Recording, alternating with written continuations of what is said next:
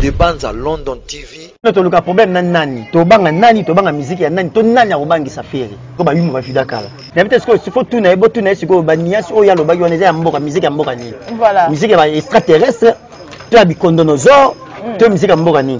Pas musique ya Congo, te wana te. Des bandes à London TV. La rumba d'abord c'est la voix. Premièrement, c'est la voix. Deuxièmement, ils a guitare. Voilà. Troisièmement, ils a mélodie. Voilà. Que yo comparer voix avec la biso Koffi Olomide respect on a nango aleki faire na royemba rumba. Des bandes à London TV avec des Bruno original. Abonnez-vous sur la chaîne YouTube des Mbanza London TV original. Des Mbanza London TV original. Abonnez-vous. Abonnez-vous. Mbote mingi na bino bayende konanga buvandi bongo partout dans le monde, wana moni bongo mingi chikomorera na kati ya Allemagne, sans oublier Fifi Tema mwana poto ya kala na kati ya Paris, sans oublier Simon Boy na kati ya Suisse. Merci aussi à bande ko nyoso to bazwami bongo na kati ya Congo, bongo to moni mingi ba Lubumbashi, ba Kasai partout ka ndenge za vraiment. Merci na bino pour bozalaka toujours connecté pour na kolanda chaîne na biso ko eza bongo 2M télévision originale. 2M télévision originale eza chaîne tout ça la bino ngai Lorraine mutoka na ça la bino ba analyse. Ba analyse na ngai na touchaka presque partout et en plus na zala ngai mon côté na zala toujours avec mes invités. Je ne sais pas si mon réalisateur caméraman il a le même langage qu'avec moi. À Koko du sol, ça se couloir pour voir Babongo invité dans mon Lelo et Zana. Bonjour. Bonjour. C'est présenté au monde. Fiston Frappe, le père de la révolution. Fiston Frappe, le père de la révolution. Bon, on a pu s'y monter. Pourquoi qu'on voit là? Ah, comment faut-il nous bagolois, c'est des bapisangango. Bagolois, donc, quand on dit de frappe, c'est que ce qu'on l'écrit au bêta vraiment. Non seulement ça. Les accueils par rapport à la dame de Kwaliboso, na banda qui m'a souleur au défendre papa Hervé faire na niveau internet. Donc j'étais le seul na bara trop c'est trop, na bara arrête. Là-bas qui maintenant c'est fini. Par rapport à l'injustice, par rapport à la crime, par rapport à l'injure, aux qui l'internet. Voilà. Cette époque, ces années-là, au fin à faire beaucoup de mots, que c'est l'analyse à ma baie. J'étais le seul là-bas qui non. Mais les photos, on a part et artiste il y a télémaca pour nous défendre faire là. Et après année, on a comme ça que Bayoya, on a comme Bima, et tout le monde il y a un bango. Baba nga yana ba baba yo yana ba na papa te nga papa te na papa pour na bota pe ban voilà Gouv le Gaulois c'est mon fils moi na ngali boso et ban ebele ba bamso ba bimi na makolo na ngate mais ba bimi nde ba benga Isaac et Abraham Abraham nzamba ba ka père de multitude voilà parce que papa ya ban ebele mais Abraham yo bota moi na moko Isaac Isaac a obota ba Jacob ti ba boti ba le mais ba bengi ko Abraham papa ya bana ba bota neka mona moko ndia Fiston Frappe na bota mona moko Gouv mais si malange na la bane belé o ba bande ko belé ba sa msala oyo donc grâce ya nzamba selenga makonisa pisenga courage au telema et l'autre c'est belé na moni ba Gaulois baba qui yende le père voilà. Le père de la révolution voilà. La bande révolution vraiment to mec un peu kobeta lisolo moi mke ko zonga moi sima mke changement na yo ko quitter télévision pour venir à internet c'était comment Zaki facilité hein? À la télé j'ai présenté des émissions politiques voilà. Socio-culturelles Zaki vraiment facilité changement là même batebe ba kama même ngamo vela kama non ça des émissions politiques il y a makasi makanisa peuple na koyamba ba politicien ya nene ya mboka oyo ba grand homme ba grand nom ya politique ya mboka na biso et mbala moko boye ba mona ka Bou Frappe na changer maman na comme la masolo ya faire rigola donc ngamo pe lekela nga changer casquette directement changer casquette donc na ti kazaka pa mona aller peut l'émission aller kazaka aussi il y a un moment na banda ba internet ces années là na salata ba chemise na ba cravate voilà na kana ma classe na internet pas tête et bien quand tu as quitté na balabala bana ko finno la tika ndongo lime na befuna na moi TV na internet voilà chemise cravate costume na bana ba émission classe ça là que na pesa ba te belé moi goût donc ba ko ça une émission ma propre à l'époque ils allaient rater na la télé ba te internet ba ça émission bizarre mais nga na ma propriété na internet ko ma propre cadre bien biso te émission à ces années on dit pas que non oh ben émission TV mais ça internet ba le ba artiste moko et j'étais le seul oyo naki na système d'internet chaîne moko internet le belaka artiste moko etika aux artistes internet na internet à l'époque ezalaki ntala chaîne na ye alors le bel artiste oyo alors le bel artiste oyo alors le bel artiste oyo mais bana tendance na bango mais ba le bel artiste be ba simba sujet belé mais ngati ko to na yaka chaîne moko le belaka artiste moko du début jusqu'à la fin.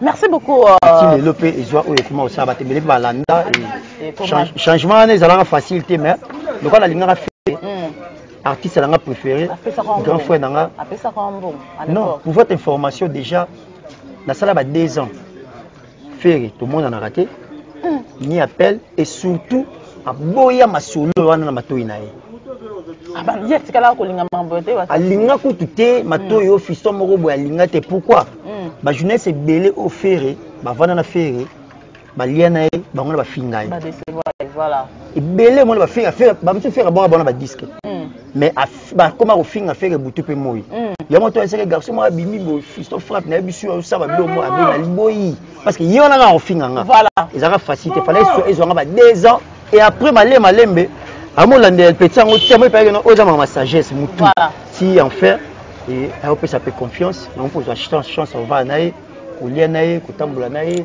ajipe chance on benga yo benge pa yambi bon ko solo là donc ça qui facilité mais quand même nous avons masala grâce et ça mandé salama bon vraiment merci beaucoup voilà juste là pour nous éclaircir parce que comprendre la place nous fiston frappe abîmé là na les lois avant tout mais pour la pour toi évoluer internet est pour na bazoba te ndenge na ça va que le ba comme ça internet on dirait pour la bazoba et comment le internet bata buzoba mais internet est pour na buzoba donc faut to sabler au père mutu donc avant les plus responsable ba landio tu peux lomo ya biero tu peux pas na yo donc faut to changer même merci beaucoup tous on a la qualité du jour to me café ko beta du solo bongo ya stade de matière comment tu vois les stades de matière na bino est-ce que ko beta maté ça sera réussi ou ça sera pas réussi?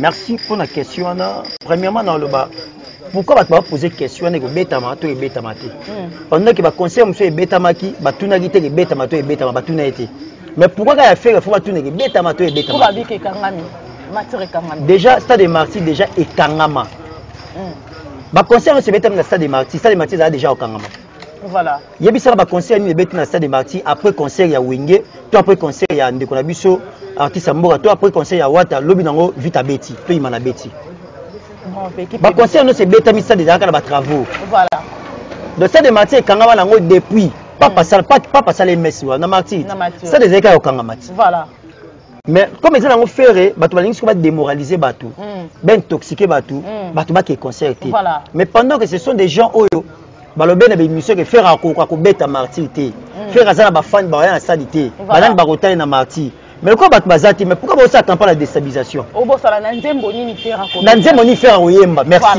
ba nzembo ni faire azana bato ba yo ke na stade mais si ko bino ka bato bo ko ba ke concert ezate ça di bakangi bana double langage po ba banga nini botika muto azala ba nzembo te botika muto arobeta te botika muto akoka stade te botika muto bato ba hôtel te botika beta mais si ko boyo combattre ngo po ani de bato ba banga po ba ebelo ba banga donc concert eza bel et bien confirmé stade de Marty et bakangi yango ba travaux stade de Marty ça ma pona o etali football parce que na stade de Marty ce conseil ils ont jamais ok c'est na mi-temps voilà jamais va aura pause bako oza leçon morale les a raté donc stade de Marty ne beta bato sur na kata stade wana jamais bakina na ba toilette bakina ba vestir bakuvana non bakangi stade par rapport ya ba usage inani ba usage hygiénique eza propreté yango moni FIFA to kafa kangi yango par rapport à travaux l'équipe beta libana pour apesa l'équipe ba mboka bimsa mbongo ba bongisa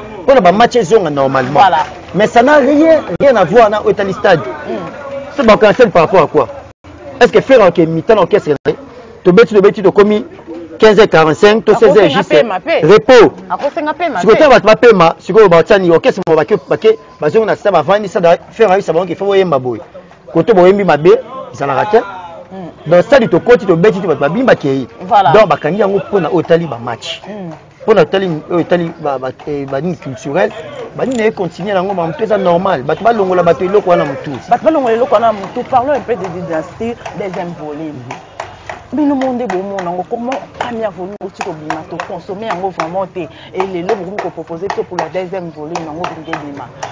Moi tu que vous bébé ça morale la population base à la choix vraiment clarté. Non déjà dynastie la album moko. Mais faire un répartir on a deux volets.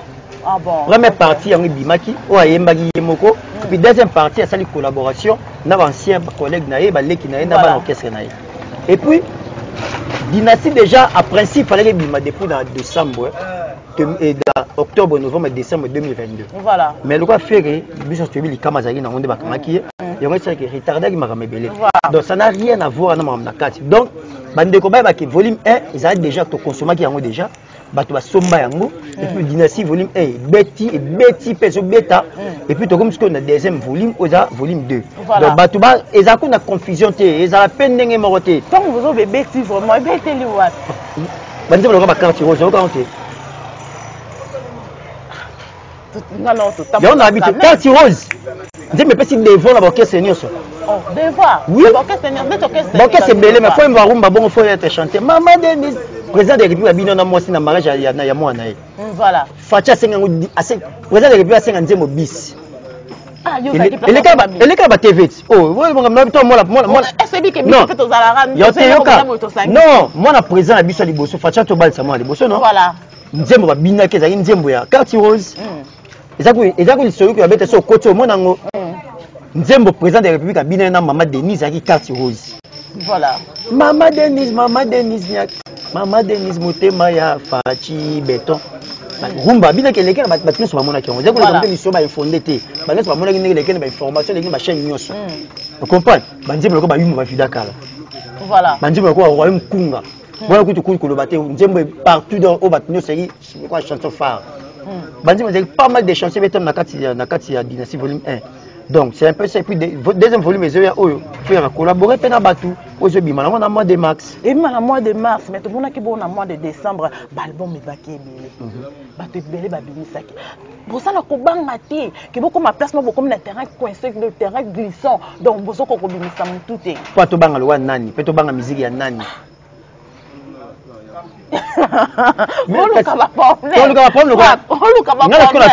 Problème nani to banga musique ya nani to nani akobangisa fere winged ezako na mobali ba vient na biso faire moi na winged orchestre na bango quartier la tête na mobali ba vient na faire les capelana siko faire un orchestre obanga te na mboka a respectera ba vie na ye a respecter non on a orchestre ba am to banga écoute ye na banga fere oh mais je te dis faire obanga par rapport à ni par rapport à ni faire ça modèle de génération na bango faire appeler ça bango goût ya ba ko sala rumba étant que jeune parce que rumba déjà faut ça bato rumba déjà la musique congolaise ezaki pona koyé ma faut la vie rumba déjà na style la musique na biso ya Congo rumba eza musique ya ba vie eza musique ya respect eza référence à musique congolaise eza musique ya respect eza musique ya ba vie rumba so yo jeune ko oser obeta rumba outa wapi oyemba on ndenge nini obeta on ndenge nini parce que le seul jeune oya oza na génération o nyoso lelo c'est faire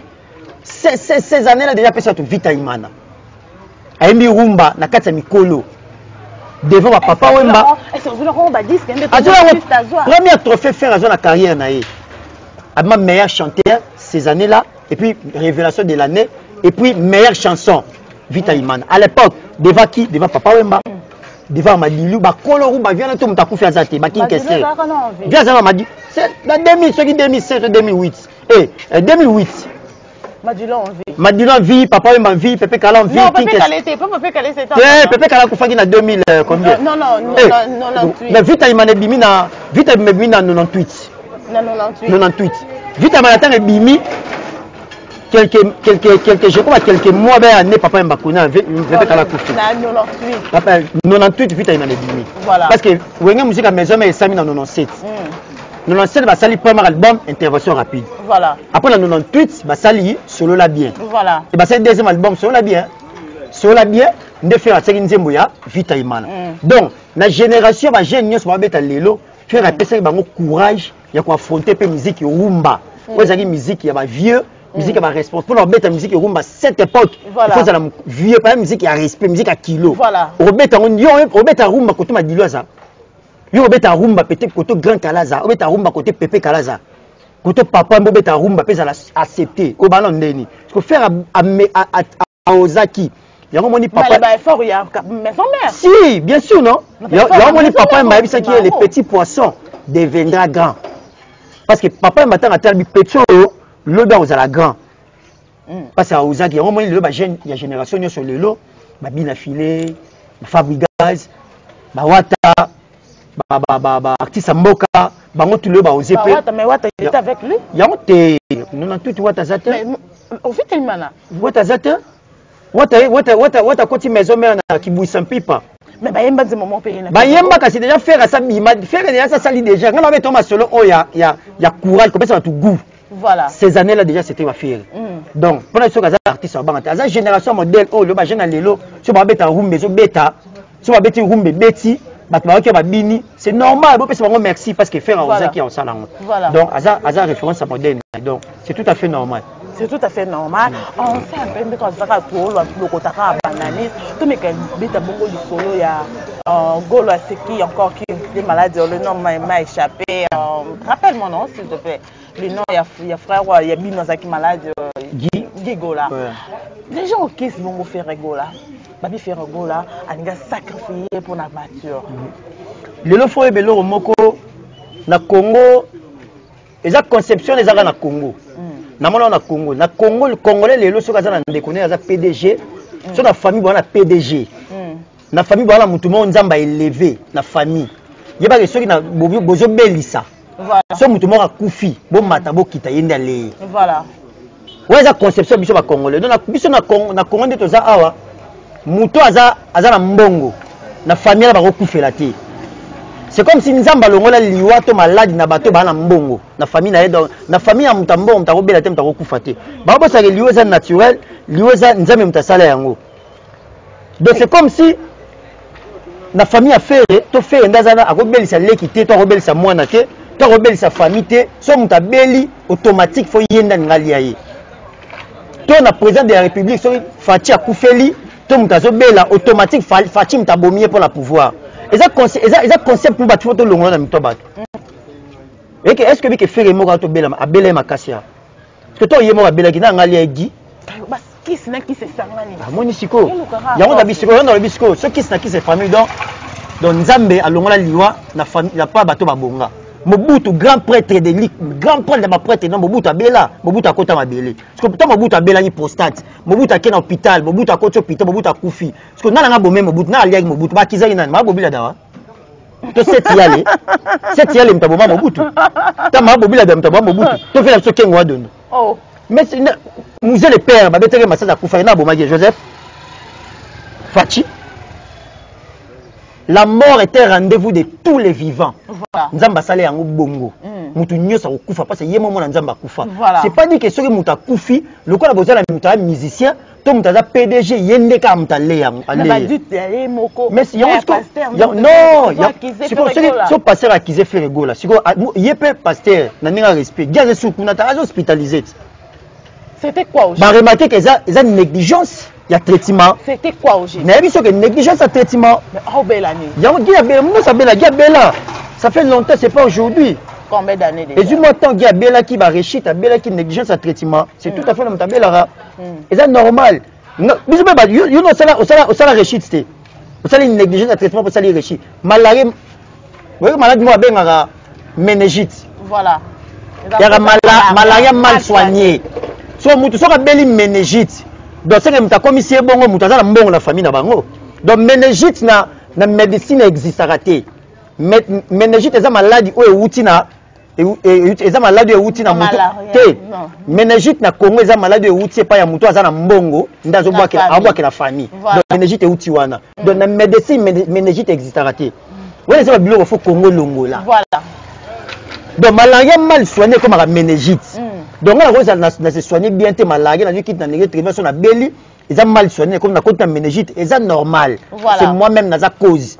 Mais c'est pas dit que ma voix maman a biso to ba kize ba ndeko. Non. Voilà. Donc ba to fuba le guia était mal azaki abela qui sérieusement négligence à traitement yango ça que même qui enda même qui wana mais na commune si quoi ça traitement ça va dans l'hôpital ça va récupérer est-ce qu'on soka yoki bien vraiment a rekoleka lisusu na ba etandoike pour ko longola sonyo alati signal alati ya nesonitaire bino nde bolingi bokomisa ngo problème alati na nsoni bino nde bokomisa ngo problème so roleka etandoike pas à se justifier pas ya banani to na ngwa sambisi bato to la tribunal nini ba sambisa là ce sont les détracteurs nde ba sa makambo nde ba créer ba bloko non eza famille ya bato eza makambo ya famille faire attendre kufa la grande sœur na kufa la taze na prison ah mais bimaki faire rigola ba yango to il faut comprendre que ya na bi bato bakufa ka bato ba longole loko wana donc Fatim dans la famille Fatim ta kufa zate yo zonga ka ba ko te non zonga te pas lié comme kufa ya bato comme pour la bata mbongo so bato bana zui de yena zo bomba bato donc des alam ko Fatim kufa la tanda ni faut ba kangae ba kizeka bomi ko ba bosala ke Yesu yemo mo la nzamba kufa voilà abaki mutu no sala na nzela nga sali so bombo longola liwa o nzamba sale pa ya batu bombo la tsana mitwa batu boso mutu ane mo akufi na pesa za bobuta kufati bongo soki mutu ane mo akufi ça so mutu ane mo akufi o bo la tisa mutu nga boma yemo so akufi ko baba ko kize nani pauvre mo ka famille ta bomia pa ko na mbongo donc ezaba bio mo boye ezaba bio batu fo ba to meke un peu ko évoluer munde bio ko ezalate parle un peu de trophée à Brazzaville, il a fait Regola. Et pourquoi il avait négligé ça ou quoi? Non, il a négligé comment? Les mêmes jours à soirée, où il a fait un concert. Il y a un concert privé samedi. Voilà. C'est les mêmes jours. Il a négligé le concert parce que j'aurais un trophée. Trophée Zéloni. Bah, simple mérite. Faire un concert, bah, tu vas belé, c'est puis ça va monter pas que j'aurai un trophée. Il y a un moment où l'artiste est belé, bah, me paye ça, bah, monde de trophée. Voilà. À la concert, man négligé que j'aurai un trophée. Trophée, bêta, bah, un trophée, ma thème, ça, bêta, ni son, ni d'honneur, ni ministre, ni d'où mérite bimalakati. Mais quand même, tu as mérité. Ça me mérite, c'est normal. Mais quand ça a valeur pour les concerts, vous comprenez? De faire ce qu'il y a parce qu'il y a un concert. Et puis, c'est ce qu'ils ont qui. À ça, il vidéo pas que s'excuser les fans qui sont absents pendant un concert. Il y a un binôme pendant un concert. Voilà. Mais elle est bien, c'est normal. Donc, il est élu meilleur artiste à Rumba. Et a mérité un go. Et merci, on va profiter de ça. Merci. On va faire une abisso à Brazzaville. On va voter la biso, on va voter pour un artiste. Faire une catégorie, on va nominé. On va une catégorie d'artiste belé. À Congo, on a biso na Ngambu. Et faire une meilleur chanteur. Ni ne sais pas meilleur chanteur. Tout c'est la peine en vérité. Na où est rumba musique na biso artiste ni na Congo Brazzaville na Kinshasa. Tant on le bassiste ni. Je pèse bien mes mots. Je pèse et j'assume. Tout sur la terre. Oui, tout solo. Écoutez. Tout le sentiment. Voilà. Tout le monde. Yo quand il me toka ready à Missi. Tout me toka la lokwa kanza. Tout fait la biso ba Jano Bombenga. Biso ba journée ça to l'équipe on analyse la musique. Tant vient ready à Missi abiki le faire ego la fierté à rumba na biso. Vient Jano Bombenga beta tu abiki lelo rumba na biso. La génération na bi na musique congolaise bango nyonso. Est-ce que vient ready la génération fait? Quand tu dis bango je pèse mes mots. Voilà. Ton habit que vient la biso kwa Jano Bombenga, habit que lelo na o etali rumba na biso, eza na mapeka ya fere. Véredi a mis ça bi fere ndele la kumba rumba la biso na ba norme na ndenge beta maka. Que yo ngo to longa sko sentiment. To longa no sentiment. Voilà. Yebisanga artiste nini ya biso lelo. Mais bon mais la c'est là. Artiste nini ya biso lelo. To ya Brazzaville lelo tieye o ya leki fere na beta rumba. Oui, que vous mettez la peine. Jusqu'à la tunité, tout sur le là. Tu me la pas le quoi nani. Tant que artiste moko. Tout sur la news, tout bon melo côté. C'est mission na yo. Voilà. Tant que artiste nini le. Tout que non. Comme yo dit que on mélangeait batunyo. Na pèse ma mot nanga. Oui, comme toi tu as dit que non on mélangeait batunyo surtout. Na badi non par rapport na kenon et pas il y a Kofi Olomide na barumba. Na kenon na fali. Yo on a mis. Aujourd'hui fait la Kofi Olomide. Voilà. Viens la beta rumba. Voilà. Mais quand on parle de rumba, rumba d'abord. Définition de pas la pas papa Wemba, ba grand calé.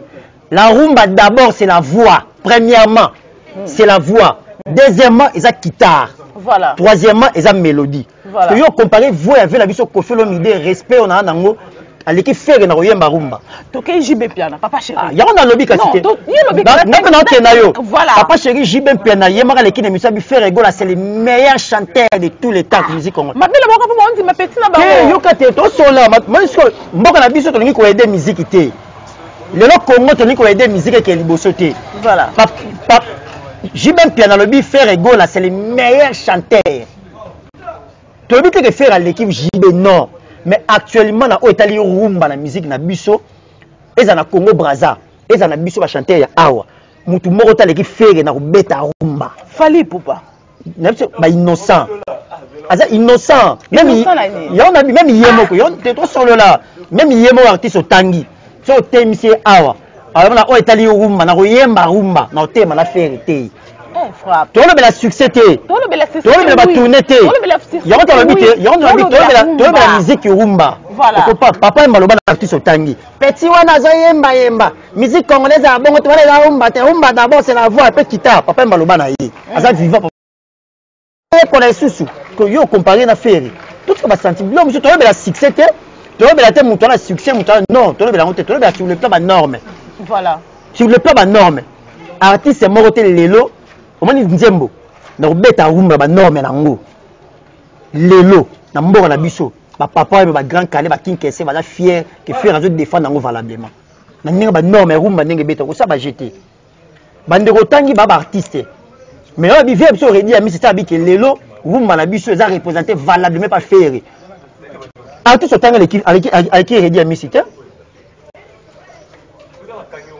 avec qui redi ami cité ambassade pas avec ambassade la chef longole na masolo oyo longole na masolo oyo kotanga ba ambassade na masolo te non je te dis que dans ambassade pe comme non on bela masolo te le monde est soukeli non to masolo te ba rumba moni na catégorie ba tseki ba rumba na trophée wana ba artiste so tangi na catégorie no so bazalaki na otali ba rumba apa ça ba jeter faire ba finga na ba loenge boloba obo ko loba mais ba musicien bango mona mitema ti ba vanda bi que oh c'est un grand chanteur na o tali ba rumba ninga musique so bi que chaque pays et bi misa chanteur moko défendre musique ya culture na bango a défendre musique ya mboka na bango donc pour toi faire c'est là tout solo là voilà so que na Brazil ki ba mutu na Angola ba misa chanteur va défendre ki zomba OK na Brazza na ba komona ba OK na Brazza OK na Cameroun OK na Côte d'Ivoire mboka na mboka ba bimisa chanter moko ko défendre culture ya mboka na bango yo kati ba artiste otanga défendre rumba ba beti rumba grand kala ya yembi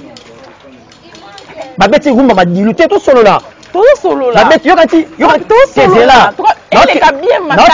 voilà est-ce que bi que rumba était déclaré elle continue patrimoine immatériel na UNESCO voilà na zongo devant le chef de l'État président Sénégal bamboka nyonso basoki artiste ata yemba po bazoki nani le seul artiste na Congo bazoki faire azali na compagnie orchestre ni bana ina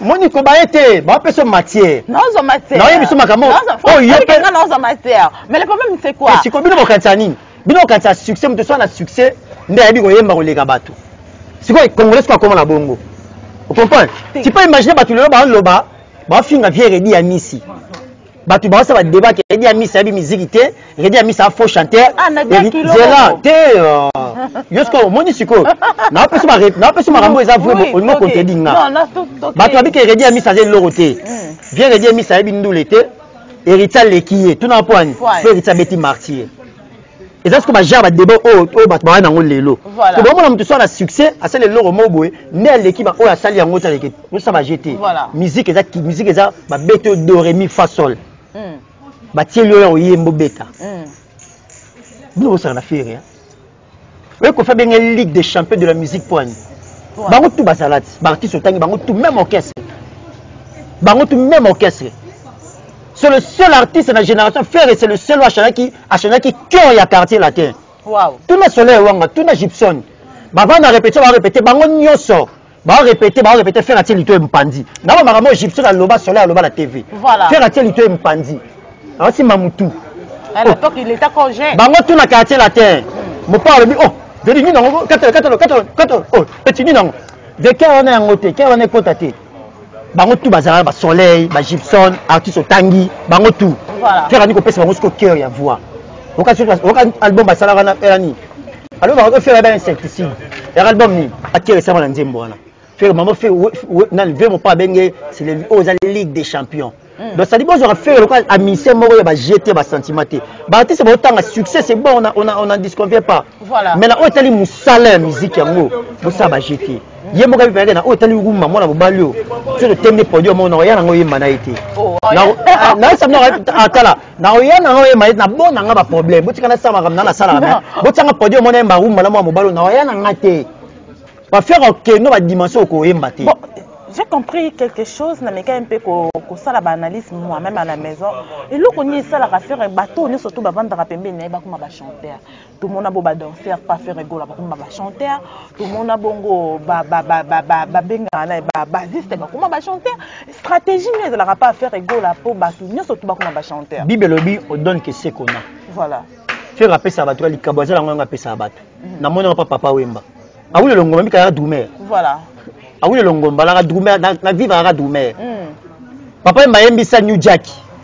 Danser New Jack. Donc après ça aux ana muto azana loko wana au transmettre au ça. Voilà. C'est normal faire paiement na linga batu ba exceller. So mon na domo exploiter ngo. Voilà. Faire appeler ça tout rebo.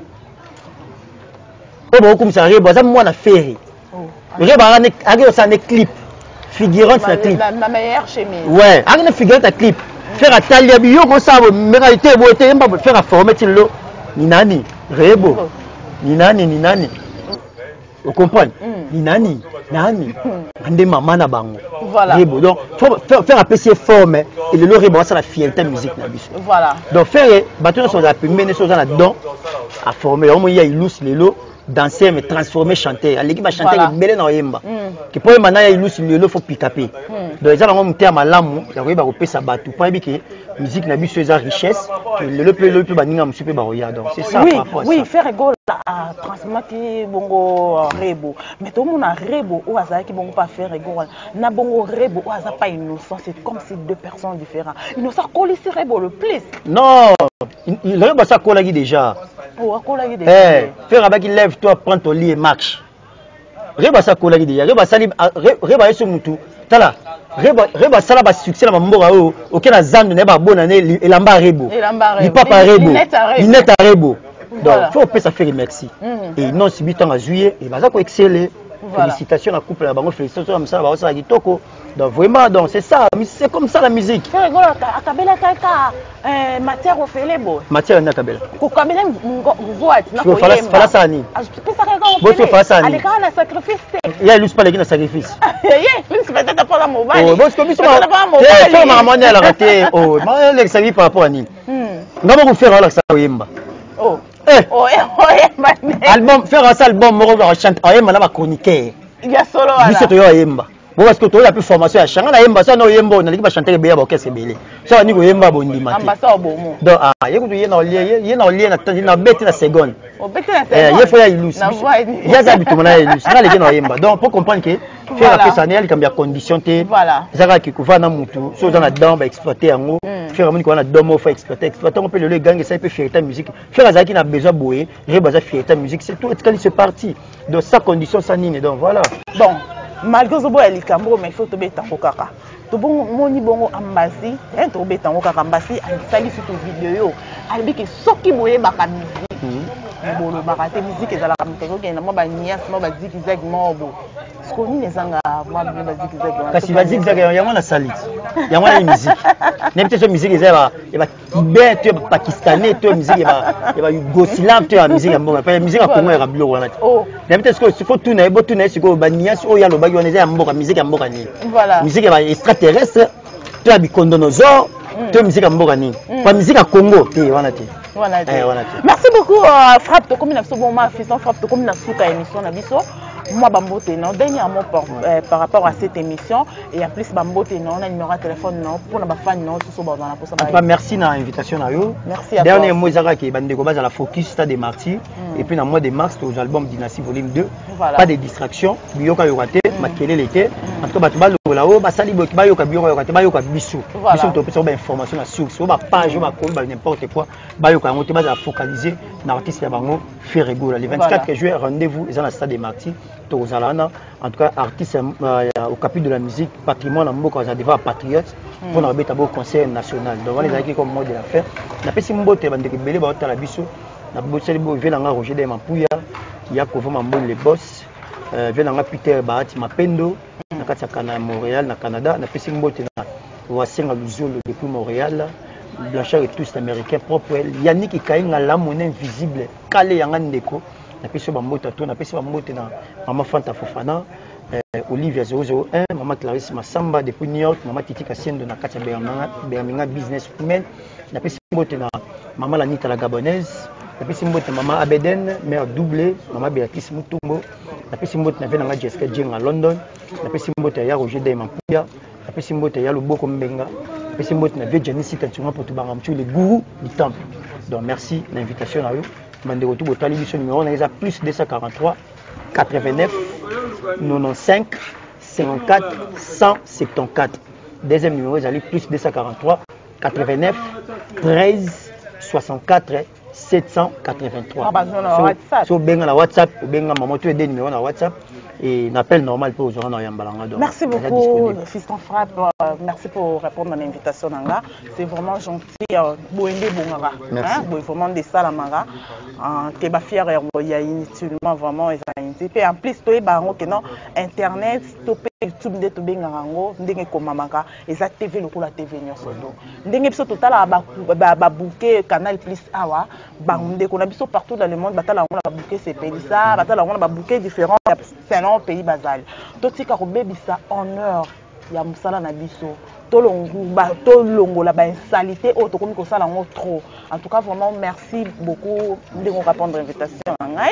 Merci aussi Nabino Nyasoto bozaki bongo partout dans le monde. Bozaki bongo la démission na bisona mokola lelo. Bo monde bongo na zaki bongo na Fiston Frappe. Ba question zalaki yangai bon ba réponse zalaki yaye. Tokuta ni Nabino Sumbala Simekoya. Merci bongo na moto aza bongo sim ma caméra Denis Merveille. Denis Merveille merci à toi. Merci Klengonda, merci Simon Mbouyi, merci Chico Morera, merci tout le monde aux amis partout. Et sans oublier aussi à mon fils chéri que j'appelle Lucas Zimoto, autrement appelé Tinano. Sans oublier aussi à ma fille chérie, celui qu'on appelle Ali Nombouyi. Ali Nombouyi. Tokuta ni bongo mbala Simekoya pour na lelo to kabwa na bino awa to pesa ni bongo bye bye. De Banza London TV